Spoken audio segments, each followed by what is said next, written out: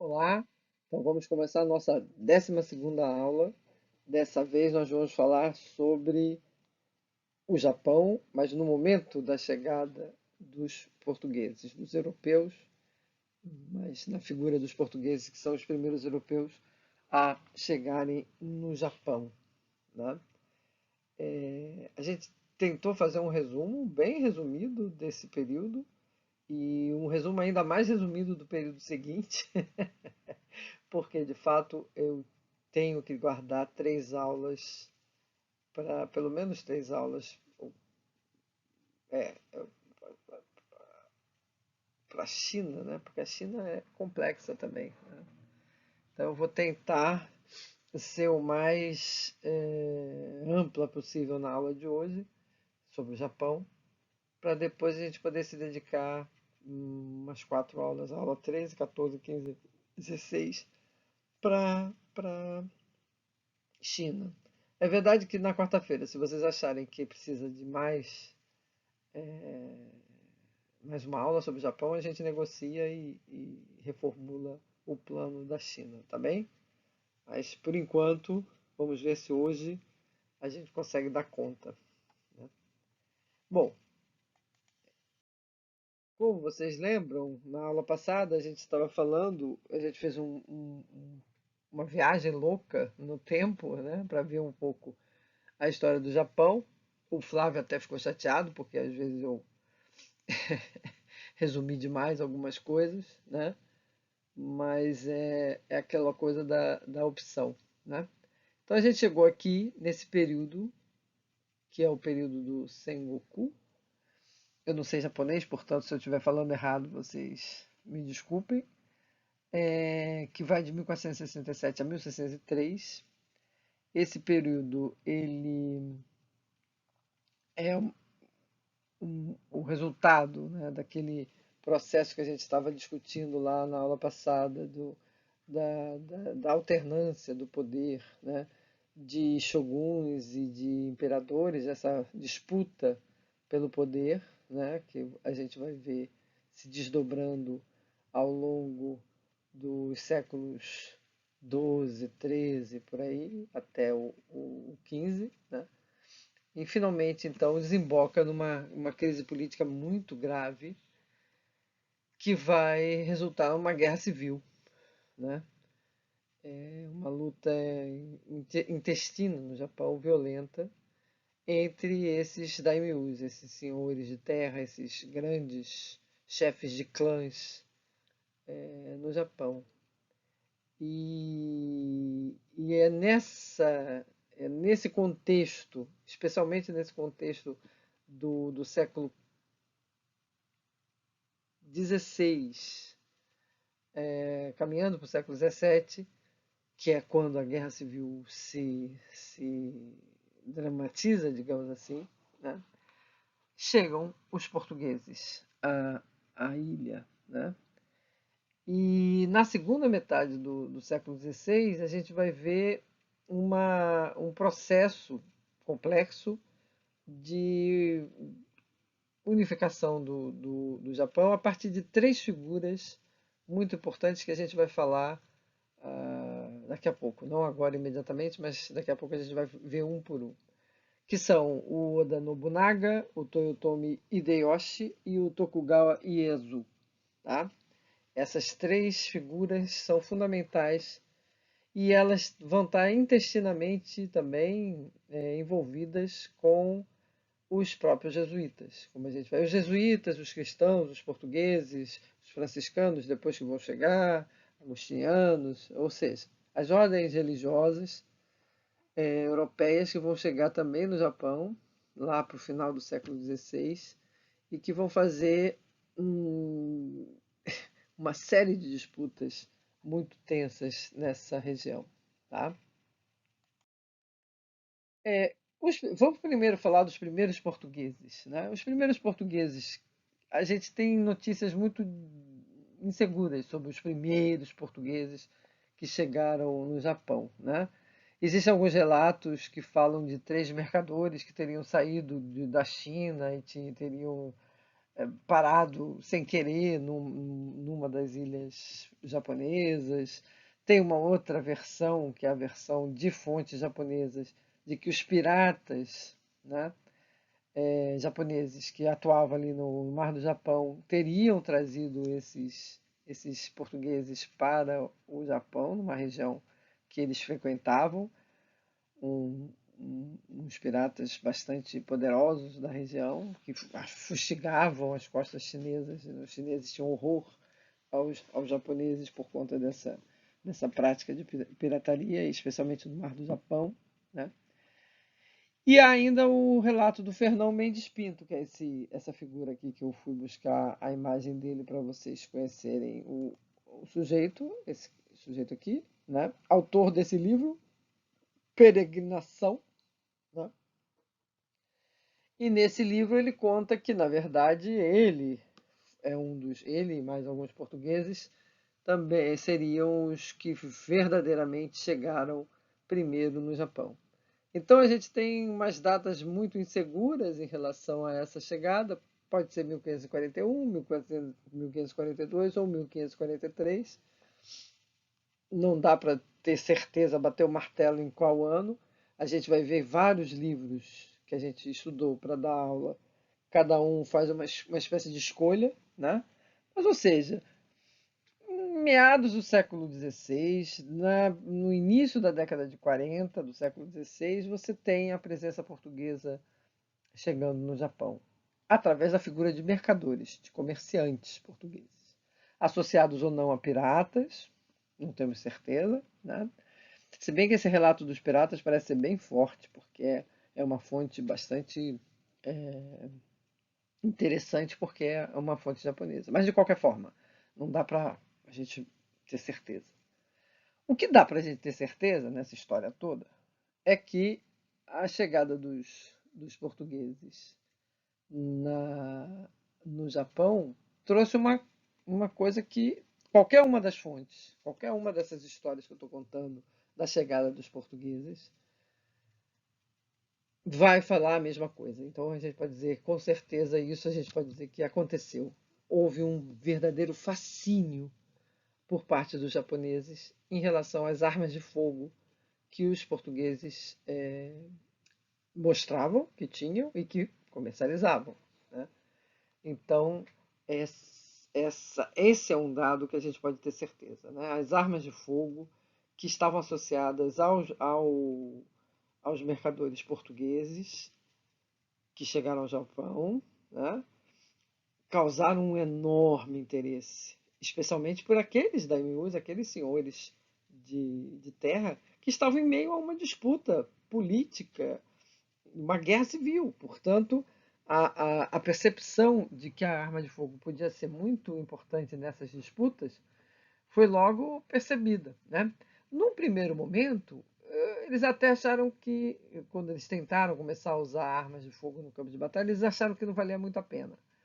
Porque você vê, para você, aqueles arcabuzes que eram usados aí em meados do século XVI, como é que você tinha que fazer? Você tinha que botar pólvora, socar, botar uma bala, socar, botar um pouquinho mais de pólvora, socar, e aí você mirava e atirava. Então, num campo de batalha, isso foi considerado meio inútil, né? Porque até o sujeito fazer tudo isso, ele podia estar crivado de flechas, por exemplo. Não daria tempo para ele reagir. Mas a gente vai ver que o Nobunaga, que a gente falou no slide passado, que a gente disse que é um cara interessante, ele vai inventar uma maneira, e lá quando a gente chegar lá no Nobunaga a gente fala um pouco mais sobre isso, de utilizar as armas de fogo no campo de batalha. Muito engenhoso, inclusive, a solução do Nobunaga, né? E, portanto, é por esse caminho que se iniciam os contatos entre Ocidente e Oriente, entre um Japão muito isolado, né? Para você ter uma ideia, o Japão tinha uma relação muito complexa com a China. A gente viu, né, nas aulas passadas que os chineses tinham influenciado muito a cultura japonesa, a história japonesa, né? Mas nesse momento, e por causa especialmente da atividade dos piratas, os chineses estavam isolando o Japão de contatos com o Império, né? Então, havia uma tensão muito grande, uma desconfiança muito grande entre essas partes. E isso, claro, num primeiro momento atrapalhou um bocado esse comércio, né? Mas depois os portugueses habilmente conseguiram fazer algumas negociações. A gente depois vai olhar na história da China, justamente quando os portugueses entram em Macau, conseguem estabelecer um, uma autonomia na cidade de Macau.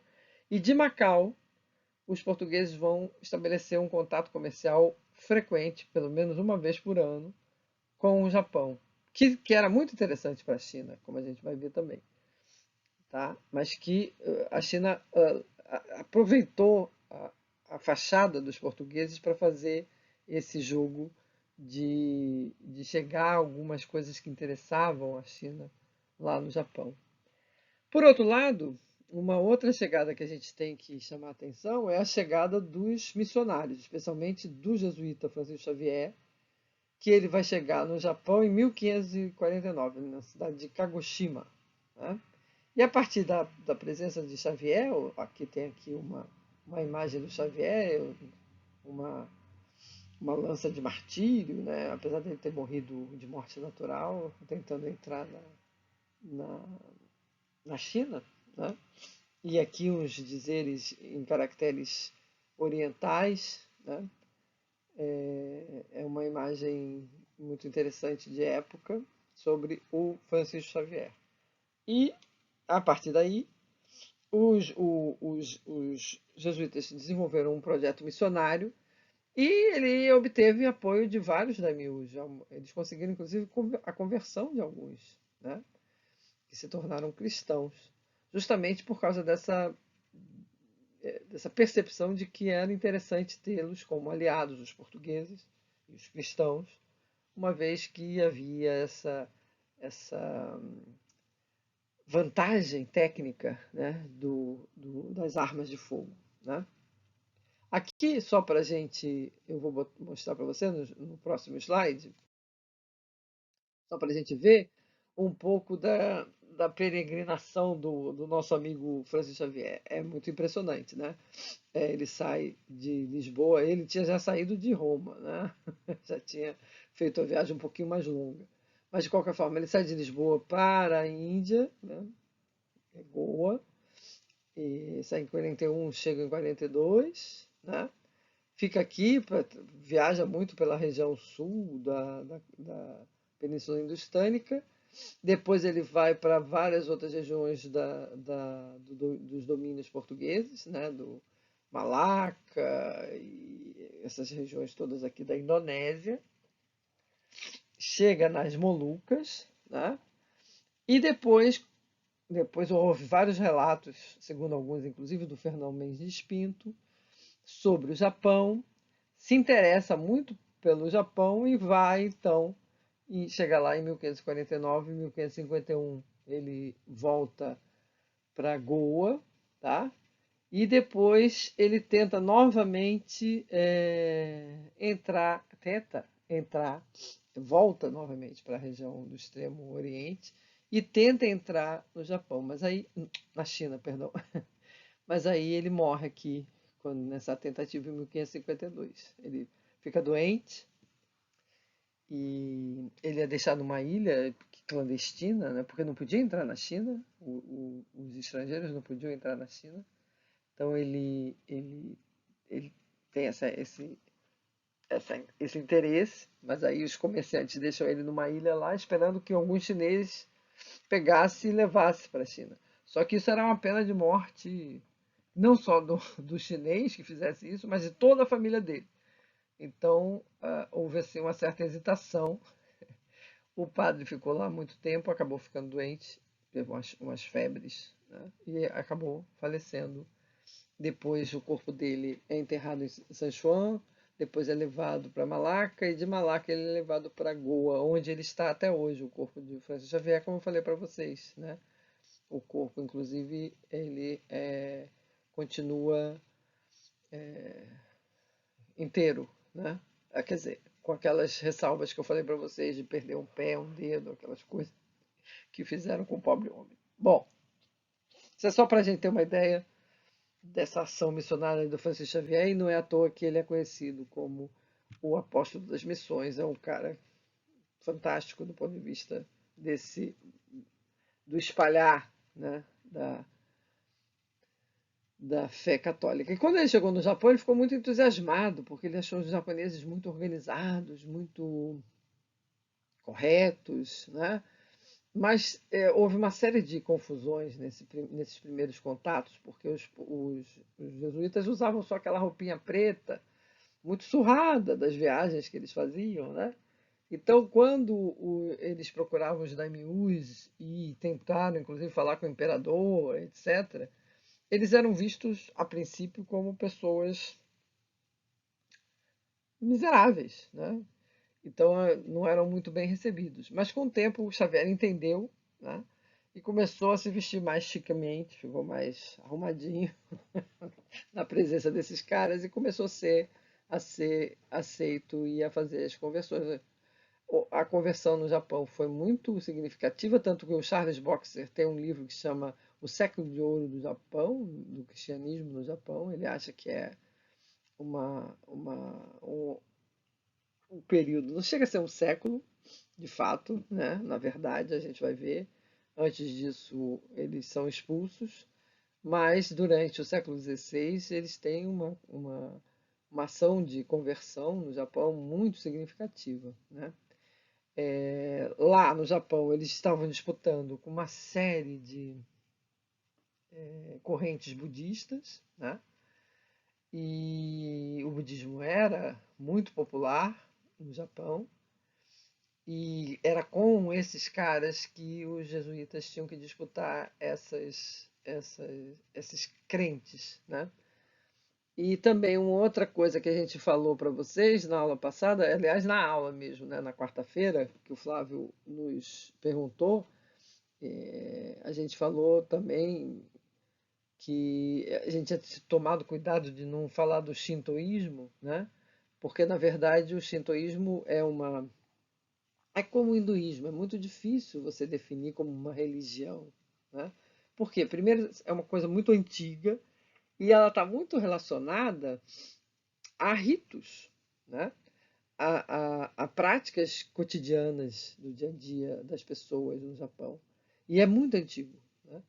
Então, o shintoísmo, na verdade, e o budismo, eles vão estabelecer uma convivência no Japão, à medida que o budismo vai, como eu já disse para vocês, nascer na Índia, mas ele vai se espalhar pelo Extremo Oriente, né?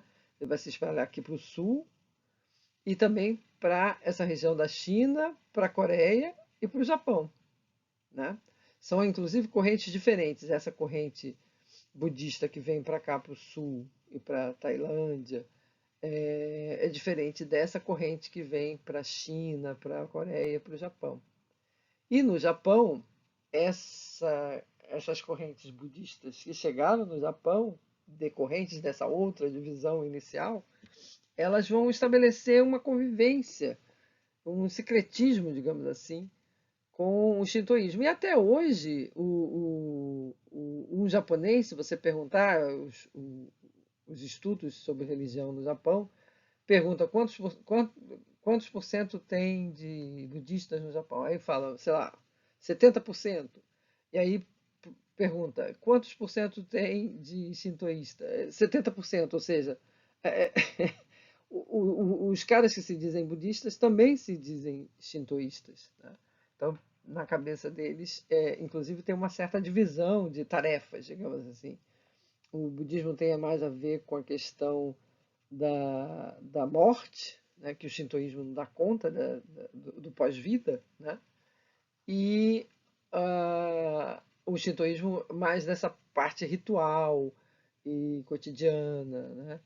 e da vida, do nascimento e assim por diante. Então é confuso para a gente, para nós ocidentais, entendermos isso. Como é confuso o hinduísmo também, né? A gente chama de religião, mas é mais do que isso, na verdade, né? Não é só religião. E para a gente isso é um pouco difícil de compreender, com certeza, né? De qualquer forma, na época da chegada dos jesuítas lá no Japão, você tem uma força muito grande do budismo, e é contra eles que os jesuítas vão se opor. Depois, no período Tokugawa, a gente vai ver uma espécie de releitura do shintoísmo e uma redefinição de algumas correntes budistas, inclusive com uma certa influência do confucionismo também, vindo da China. E o confucionismo é outra coisa que a gente vai falar para vocês. Aqui no Ocidente, algumas pessoas chamam de religião, mas é mais uma filosofia do que uma religião, né? Então, essas coisas todas podem conviver, na verdade. Apesar de haver, claro, algumas rivalidades entre elas. Por exemplo, o confucionismo não olhava com bons olhos o budismo, né? Então, não quer dizer que eles possam conviver harmonicamente. Mas colocar tudo no mesmo saco e dizer que tudo é religião é simplificar demais e não compreender as sutilezas, né, dessa tendência. Então, quando o cristianismo chega no Japão, ele chega nesse contexto, né, bastante complexo de disputas, né, das almas e das mentes, né, das pessoas. E a própria atuação dos daimyos nesse processo de cristianização, como a gente vai ver, vai consolidar muitas das ações dos jesuítas e vai promover a conversão de um número muito significativo de japoneses para o cristianismo. Tá? Isso depois vai ser um problema, como a gente vai ver. Uma outra coisa que eu queria falar para vocês, antes da gente entrar na questão política, mais uma vez, voltar para a questão política, melhor dizendo, é falar um pouco dessa experiência dos contatos comerciais da, da China e do Japão, mas através da figura dos japoneses, né? Desculpa, é da figura dos portugueses. Como eu disse, de Macau, uma vez por ano, depois dos portugueses se estabelecerem em Macau e de negociarem diplomaticamente, né, tanto com a corte chinesa quanto com os japoneses, né, uma vez por ano saía uma nau, que era conhecida como nau do trato ou barco negro, como vocês podem ver aqui. Isso aqui é uma imagem de um biombo Namban. Um biombo, você sabe, são aquelas coisas de madeira para separar um cômodo do outro, que se usa muito no Japão. E essa arte Namban, que quer dizer essa influência do Ocidente, dos portugueses, né? Ela traz esses desenhos, né? Mostrando alguns detalhes da vida das pessoas, né, que estavam entrando em contato com os japoneses. Então aqui é um exemplo da arte Namban, que também é conhecido como período Namban, né, que é esse período de contatos comerciais atravessados pelos portugueses, né? E o que era interessante nesse comércio? Esse comércio era muito interessante porque ele obtinha tanto a seda, né, da China ou mesmo do Japão. E no Japão eles obtinham também prata, que era muito importante para levar de volta para a China, que a China se interessava muito. Então, a prata japonesa acabava chegando na China através dos comerciantes portugueses nesse trato comercial, né? Especialmente com louças, eh, seda e outros tecidos finos, né? Então, era um comércio muito lucrativo, do qual participavam os jesuítas. Na segunda metade do século XVI, os jesuítas conseguiram superar um entrave é, religioso, que proibia um religioso de fazer comércio, né? Então, em tese, os jesuítas não podiam fazer comércio e, de fato, tinha um acordo que o jesuíta não tocava nos fardos de tecido de seda. Então, ele não estava fazendo o comércio, mas ele ficava com os lucros. Aliás, os lucros eram garantidíssimos para a Companhia de Jesus nessa anal do trato. Os 50 primeiros pacotes de seda que fossem vendidos iam obrigatoriamente para a Companhia de Jesus. Então era um lucro líquido e certo, né? E esse aí vocês vão falar, e o que eles faziam com esse dinheiro? Eles usavam esse dinheiro, essa obtenção de recursos, para sustentar esse projeto de missionação no Oriente, né? Não só no Japão, na China e na Índia. Então, era uma forma, foi uma forma encontrada por um dos visitadores da Companhia de Jesus, um senhor chamado Alessandro Valignano, que bolou essa licença, né, de comercialização e, com isso, em nome da maior glória de Deus, os jesuítas começaram a encher o bolso de dinheiro, né? Isso vai ser um problema, porque nos séculos seguintes eles vão ser acusados várias vezes de enriquecimento e lá no século XVIII, quando eles forem expulsos de Portugal, esse vai ser a grande crítica, essa vai ser a grande crítica aos portugueses, aos jesuítas, né? Mas aqui eu só queria que vocês vissem alguns detalhes dessa, dessa nau do trato, desse barco negro que sai de Macau para o Japão uma vez por ano, né? Esse desenho tem alguns detalhes, tem essa parte aqui que eu destaquei para vocês verem, né? As pessoas como se vestiam, os ocidentais, né? E no próximo slide, também outros detalhes aqui, provavelmente é um jesuíta, esse cara vestido de preto aqui, né? Esse outro cara aqui também, né? Os outros coloridos podiam ser os comerciantes. Tem pessoas de várias etnias, como vocês podem ver, que era uma outra coisa muito interessante também dessa circulação, né? Ah, eu deixei aqui para vocês, nesse slide, quando vocês forem ver o PowerPoint sem a gravação, se vocês tocarem aqui, tem aquela cena que eu falei para vocês, que é muito bonita, mas eu vou mostrar para vocês na quarta-feira. No início da aula a gente vê. Mas está aqui, se quem quiser é só copiar esse link que vai chegar lá na cena do Kurosawa, chamei de Tokugawa.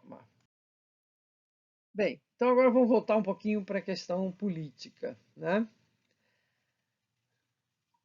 Então, dentro daquele quadro de disputas políticas do período que a gente está estudando, a gente percebe que lá na segunda metade do século XVI, a gente vai ver surgir uma figura muito importante, que é essa aqui do Oda Nobunaga, que é essa figura aqui muito interessante, né?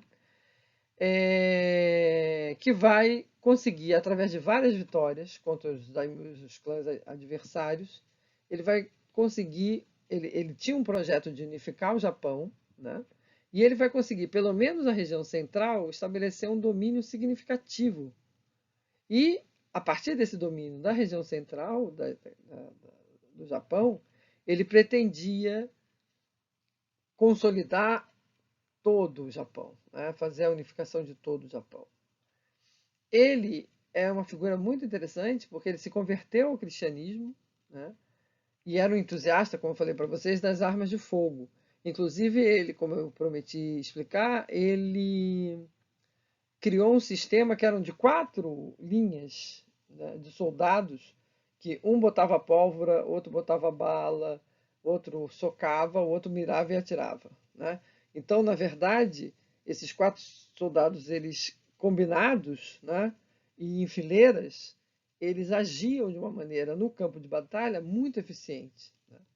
E isso fez a diferença, né, nas batalhas que ele participou e conseguia suas vitórias e a supremacia sobre os outros clãs que se revoltavam contra ele ou que tentavam se revoltar contra ele. né?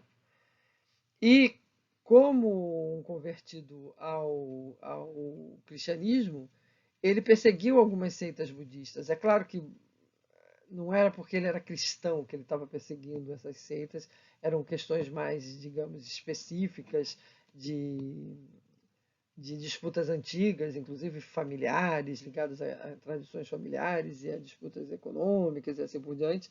Mas, de qualquer forma, ele tem uma longa ficha de massacre de budistas na sua história, né?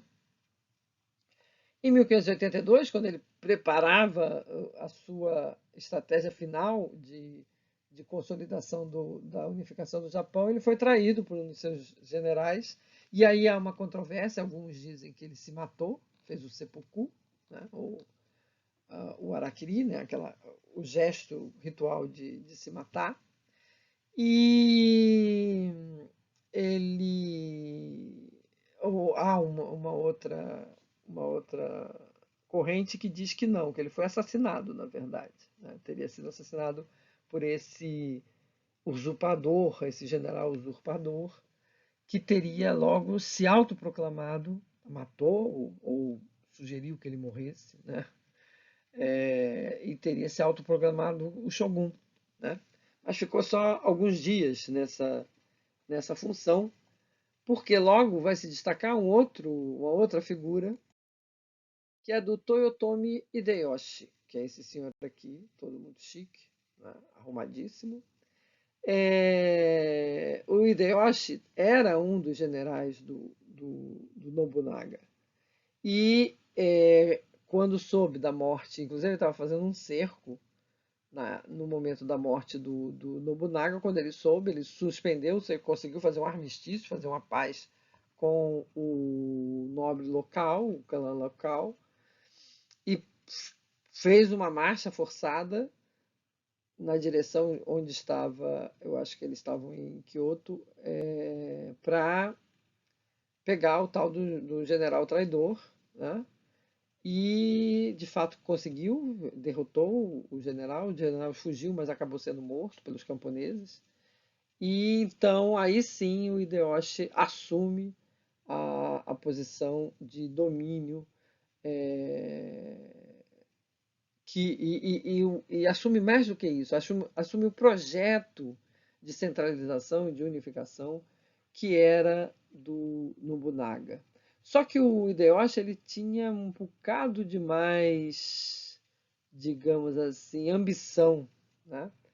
E talvez não muita clareza estratégica, porque ele pretendeu atacar a China, simples assim. E para isso ele tentou a aliança com a Coreia. A Coreia não aceitou se associar ao Hideyoshi para fazer uma campanha contra a China. E aí o Hideyoshi então invadiu a China, invadiu a Coreia, né? Fez uma guerra contra a Coreia, uma guerra que serviu muito mais para enfraquecer as suas forças militares do que fazer qualquer outra coisa, né? Então não foi de fato para aquele projeto de unificação do Japão, que era do Nobunaga, não foi um passo muito sensato, né? Ele vai morrer em 1598 e aí a gente vai ver que ele vai ser substituído por um outro aliado do Nobunaga, que a gente vai falar já dele. Mas antes disso, eu queria falar um pouquinho sobre a postura dele em relação ao cristianismo. Ele, ao contrário do Nobunaga, ele ah, se a princípio ele pode ter sido um pouco tolerante com o cristianismo, em 1587 ele já tinha decidido que não era uma coisa boa, e ele fez um édito, uma lei, né, anticristã. Esse édito anticristão, ele ordenava a expulsão dos padres, né, que nessa altura, em 1587, não eram só jesuítas, tinha franciscanos, tinha agostinianos, tinha outras ordens religiosas que já tinham entrado no Japão a partir de 1580. Lembrem-se que em 1580 a União Ibérica, assim, a diferença que existia, o monopólio que os jesuítas tinham através do padroado português Ele foi quebrado e muitos desses franciscanos vieram das Filipinas para o Japão, né? E mesmo para a China. Então houve aí um desequilíbrio, digamos assim, dessas entradas, né, dos jesuítas portugueses ou ligados à coroa portuguesa, ao padroado português. E isso, é claro, trouxe ruído, né, trouxe confusão em relação à ação da cristianização e a desconfiança de muitos desses líderes japoneses em relação aos cristãos. E o Hideyoshi está reverberando isso quando ele faz esse édito pedindo a expulsão. É claro que logo depois ele vai morrer, né? E logo depois nem tanto, são mais de 10 anos até ele morrer. Mas o período do enfraquecimento por causa da campanha na Coreia e assim por diante, não faz com que essa decisão seja muito vigorosa. É claro que ele faz uns massacres, né, uns martírios, ele manda matar cristãos, e manda prender e matar religiosos, assim por diante. Mas, de uma maneira ou de outra, os religiosos, inclusive os jesuítas, vão continuar cristianizando, vão continuar convertendo, vão continuar batizando, e o número de japoneses cristianizados vai continuar a crescer, né? Então, não é essa atitude do Hideyoshi não inviabiliza, digamos assim, a presença cristã no Japão, apesar da lei ser bastante dura e de ter tido muitas repressões e muitas mortes, né? E aí a gente chega no grande nome que a gente está preparando, né, desde o início da nossa história aqui, que é o Tokugawa Ieyasu. Ele como eu disse, era um aliado do Nobunaga e do próprio Hideyoshi, né? Mas ele não alinhou com o Hideyoshi, por exemplo, na questão da Guerra da Coreia. Como ele era ele, ele tinha conseguido consolidar sua posição num daimyo, num senhorio mais a leste, né, do Japão, ou seja, mais distante da Coreia, ele se deu ao luxo de não participar da organização militar contra a Coreia, né? Isso foi bom para ele, né? Porque ao mesmo tempo que o Hideyoshi estava se enfraquecendo militarmente, ele conseguiu manter intacta a sua força, né? Ele era muito ardiloso, o Ieyasu, muito inteligente, e ele começou a fazer uma série de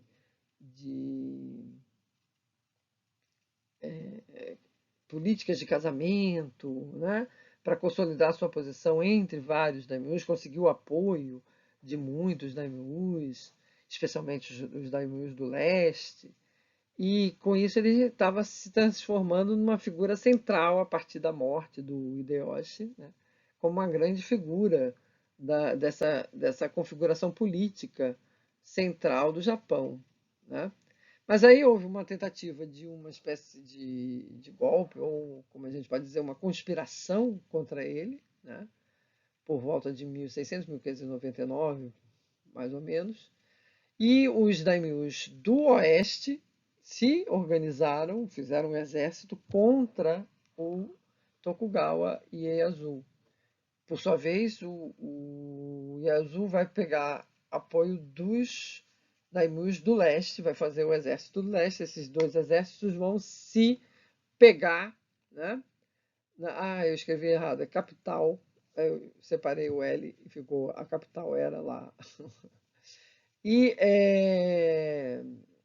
eles fizeram uma batalha, a batalha de Sekigahara, né? Que a gente vai ver já já a, a imagem dessa batalha, tá? E com isso ele consegue derrotar o exército desses daimyos rebeldes, digamos assim, né? Conspiradores, consegue consolidar a capital em Edo, daí o nome do período, é o período Edo, porque é lá a capital, hoje a gente chama de Tóquio, mas o nome antigo era Edo. Esse período também é conhecido como período Tokugawa ou Shogunato Tokugawa, porque ele vai ser shogun a partir de 1603, tá? E também é conhecido como Paz Tokugawa, porque daí em diante, é claro que vai haver no início uma série de escaramuças, tentativas de rebeliões, vai ter revoltas, etc. Mas de uma maneira geral, se você comparar o período Tokugawa com o período anterior, especialmente o período da Guerra Civil, é um período de paz, né? É inegável que o Japão se isola, se ele tem uma política de isolamento. Pra vocês terem uma ideia, os europeus são todos expulsos, os espanhóis, os portugueses, só os holandeses foram mantidos como possíveis contatos, que eles tinham uma ilhazinha artificial ali na região de Nagasaki, que eles podiam fazer trocas comerciais, e mesmo assim até meados do século XVII. Depois também nem isso era mais permitido, né? O Japão se isolou fortemente, e só no século XIX, em 1868, com a Revolução Meiji, é que o Japão se abre para o mundo novamente. É claro, muito provocado pela ação do Commodore Perry, mas quem decide essa abertura é a Revolução Meiji, né? Mas isso a gente só vai indicar para vocês porque isso já é uma coisa da realidade da história contemporânea. Então, quando a Ana Carolina der o curso sobre a Ásia na era contemporânea, vocês façam, porque ela com certeza vai falar mais sobre a Revolução Meiji, que é muito interessante, tá? E o Yazoo, em relação ao cristianismo, ele vai também manter a sua desconfiança, a desconfiança que o Hideyoshi tinha, né, em relação aos cristãos, vai editar um novo édito de expulsão dos religiosos, né? Ele decretou a obrigatoriedade dos cristãos japoneses renegarem a fé cristã, né? E mandou fechar as igrejas, e isso levou a uma prática clandestina da religião, do cristianismo, dos cristiãs, né? Como eles costumam falar. Lá tem até no filme Silêncio, tem essa expressão que é muito falada, né? Então o cristianismo ele sobrevive, inclusive faz uma revolta significativa em meados do século XVII, na década de 30, mais ou menos. Os cristãos se rebelam e são devidamente reprimidos, né? Em 1614, com o shogunato, não é o Ieyasu que faz esse decreto, esse édito. Na verdade, é o filho dele, porque em 1605 o Ieyasu ele abdica do título de shogun, ele passa a ser um shogun aposentado, que ele se autodenomina assim, e passa o cargo para o seu filho, tá? E é o seu filho que faz esse édito aqui, tá? Aqui é a Batalha de Sekigahara, que a gente falou para vocês verem um pouco essa beleza de reprodução da batalha, né? E aqui um desenho dos daimyos da época do Ieyasu e posteriormente. O que vai acontecer posteriormente, portanto, quando se estabelece o período Edo, a paz Tokugawa, ou o período Tokugawa, ou o shogunato Tokugawa? Na verdade, a família Tokugawa ela vai dominar o cargo de shogun. O imperador vai continuar existindo, mas é uma figura decorativa. Quem tem de fato poder político é o shogun, né? Os daimyos, eles estão submetidos, eles são poderes regionais, eles estão submetidos a esse poder central, que é representado pelo shogun Tokugawa. E o que a família Tokugawa faz é um jogo muito inteligente de, num primeiro momento, quando Tokugawa vence a batalha de Sekigahara, o que ele faz? Ele tem uma quantidade enorme de terras dos derrotados, né? Então ele remaneja essas propriedades, né? essas terras para os seus aliados, fortalece os seus aliados e enfraquece os seus inimigos, né? Então, essa política de fortalecimento de uns e enfraquecimento de outros é fundamental para o estabelecimento desse período. Por outro lado, o período Tokugawa, apesar do isolamento que os japoneses vão desenvolver em relação aos ocidentais e também até a China, né, e a Coreia, e assim por diante, o isolamento que o Japão vai optar por fazer, é um período de prosperidade econômica. A produção de arroz aumenta na medida do próprio crescimento da população japonesa, então existe uma abundância, né, desse alimento que é a base, como eu já disse para vocês, da alimentação dos japoneses, né? E isso traz a média. Vocês viram então que o período Edo ele vai para mais de 200 anos, né? Então são muitos anos de uma estabilidade política que dá condições para um desenvolvimento razoável do ponto de vista econômico, com desenvolvimento cultural também e assim por diante. Como eu falei para vocês, o budismo prevalece, né? Apesar do shintoísmo ter sido mantido, e depois, mais tarde, já no século XIX, ele vai sofrer uma releitura do shintoísmo para fazer essa fusão maior e melhor com o budismo. A gente tem também uma influência do confucionismo, como falei para vocês, né? Essa burocracia importante formada por letrados, né? Que o confucionismo apoia e articula, né? E também, do ponto de vista comercial, os comerciantes eles lidam com as necessidades desses daimyos internos, então, de uma certa maneira, as coisas estão numa condição de equilíbrio no Japão e pode-se dizer que é um período de prosperidade, né? É claro que isso não quer dizer que não houvesse alguns problemas, como eu já disse, houve revoltas, houve rebeliões, houve repressões, e isso sempre vai acontecer. Mas, de uma maneira geral, é muito mais estável, né? É claro que a gente podia falar muito mais coisas. Eu estou resumindo muito para a irritação do Flávio, que vai ficar irritado comigo, vai ficar chateado, vai me reclamar de mim de novo, porque eu estou dando uma resumida bem dramática aqui nessa história, né? Como eu disse, o cristianismo ele vai continuar uma espécie de cripto-cristianismo, ou seja, um cristianismo escondido, né? Vai ser extremamente perseguido, violentamente perseguido. No filme Silêncio, se a gente conseguir ver, eu vou tentar botar para vocês verem um link. Eu acho que eu tenho um que vocês vão conseguir ver. A gente percebe a ação persecutória que o período Tokugawa desenvolveu em relação ao cristianismo, né? É,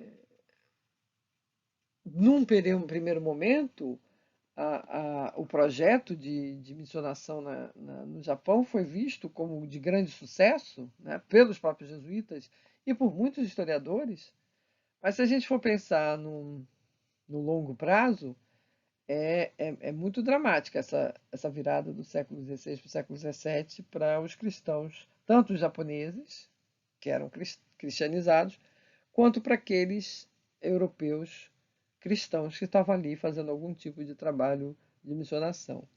Como eu disse, os holandeses mantiveram algum contato com os japoneses durante algum tempo, os coreanos também tinham uma praça de comércio, também os chinos também tinham, mas era tudo muito pontual, anual e muito controlado e muito isolado, em geral em regiões bastante, em ilhas mais afastadas das ilhas principais e assim por diante. Então, o cristianismo ele não teve como se renovar, né, nesse contexto de isolamento, né? Mas isso não quer dizer que ele tenha desaparecido. Ele continuou. Eu já falei para vocês, inclusive no lugar que os jesuítas trabalharam muito, que era aquela região de Nagasaki, havia uma quantidade significativa de cristãos na época da Segunda Guerra Mundial, por exemplo, né? E eu, se não me engano, até hoje ainda é a região que tem mais cristãos. Aliás, o autor do livro Silêncio, ele é um cristão, é um japonês cristão, cristianizado, né? Então, não é de todo impossível da gente entender que a religião sobrevive, mas sobrevive de maneira bastante dura, né? Bastante difícil. É, é claro que eu vou falar um pouco mais de Japão quando a gente estiver falando da China, porque quando a gente falar da China, a gente vai de novo falar do comércio com o Japão através de Macau e assim por diante. Mas eu acho que é isso que eu podia dizer bem genericamente sobre a história do Japão. Eu vou tentar deixar para vocês alguns textos para vocês aprofundarem mais. Tem muita coisa sobre história japonesa, né? Tem muita coisa em inglês e tem muita coisa em português que não é muito boa. Mas eu acho que eu vou ter que optar por essa segunda hipótese, né? De ter alguma coisa meia boca para vocês lerem sobre a história do Japão. Mas, de uma maneira geral, é uma aventura bastante interessante essa dos contatos do, do, do- dos europeus com os japoneses, né? Como vocês podem ver, de certa forma, foi um impacto que foi interessante para alguns senhores de terra, né? Num contexto de disputas políticas, mas que depois começou a ser um problema, né? Inclusive porque o Hideyoshi e o Ieyasu, eles desconfiavam muito da ação dos missionários como uma espécie de dissimulação para depois dominar o Japão, politicamente falando. Ou seja, eles se sentiam ameaçados, especialmente o Ieyasu, né? Então, quando ele percebe que o cristianismo está muito forte aqui, nessa região aqui, né? Ele vai justamente reprimir violentamente, fazendo édito de expulsão, perseguindo os cristãos e assim por diante. Então é uma estratégia de sobrevivência também, né? Uma perspectiva de sobrevivência. A opção pelo isolamento do Japão é também uma opção pela sobrevivência do shogunato Tokugawa, né? Então é isso. Eu acho que eu consegui falar em 50 minutos toda essa maluquice. Espero que a cabeça de vocês não tenha pirado. Mas, de qualquer forma, na quarta-feira a gente tira as dúvidas e eu vou deixar um textinho simpático para vocês, um livrinho em português para vocês poderem ler o que vocês quiserem sobre a história do Japão. Não é muito bom, como eu já disse, tem lá umas coisinhas estranhas, mas dá para o gasto para iniciar, para quem está querendo começar a estudar a história do Japão, é um bom início, tá bem? Tem também textos mais clássicos, como aquele do Perry Anderson, que eu já deixei na aula passada, que discute a questão do feudalismo no Japão. E tem um texto do Barrington Moore, que eu também posso dar para vocês, se bem que o texto do Barrington Moore é melhor no caso da China. Eu vou deixar vocês com esse texto do Barrington Moore, apenas para vocês conhecerem essa referência, mas depois a gente volta a ele na China, tá bem? Então, vamos lá, vamos para quarta-feira a gente conversar mais sobre isso. Tchau!